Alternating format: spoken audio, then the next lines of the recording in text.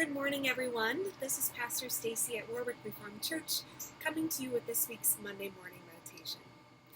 As you know, I'm doing a series in the Monday morning meditations about creating a rule of life, which is an ancient spiritual practice of taking account of your rhythms in your spiritual life. So I hope you're enjoying learning and growing with me as we talk about how we might create a rule of life. Last week I shared with you a metaphor about our souls being like a garden, and creating a rule of life might start with thinking about what are the seeds we want to plant in our garden, the spiritual practices that make us feel alive and connected in our spiritual lives.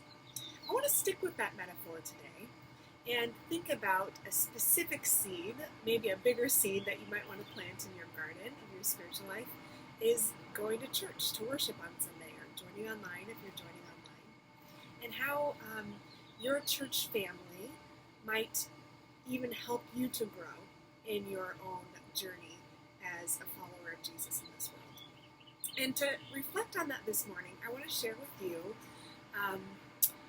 a question that came to me in an article I read this morning from an old mentor of mine named Brian Keepers. He's a pastor in Orange City, Iowa. And Brian wrote an article for the Reformed Journal talking about the speech that Dr. Martin Luther King Jr. wrote of I Have a Dream, and how he had this vision for what he wanted the world to be like. Well, Brian was invited on a retreat to write his own I Have a Dream speech for what he wants his church family to look like. What is your dream, your vision for what you want your church family to be like in the world?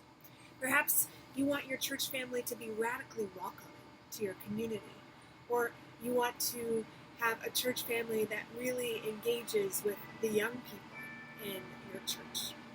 So this week, as we continue to think about a rule of life, I want to invite you to write your own I Have a Dream speech for your church community.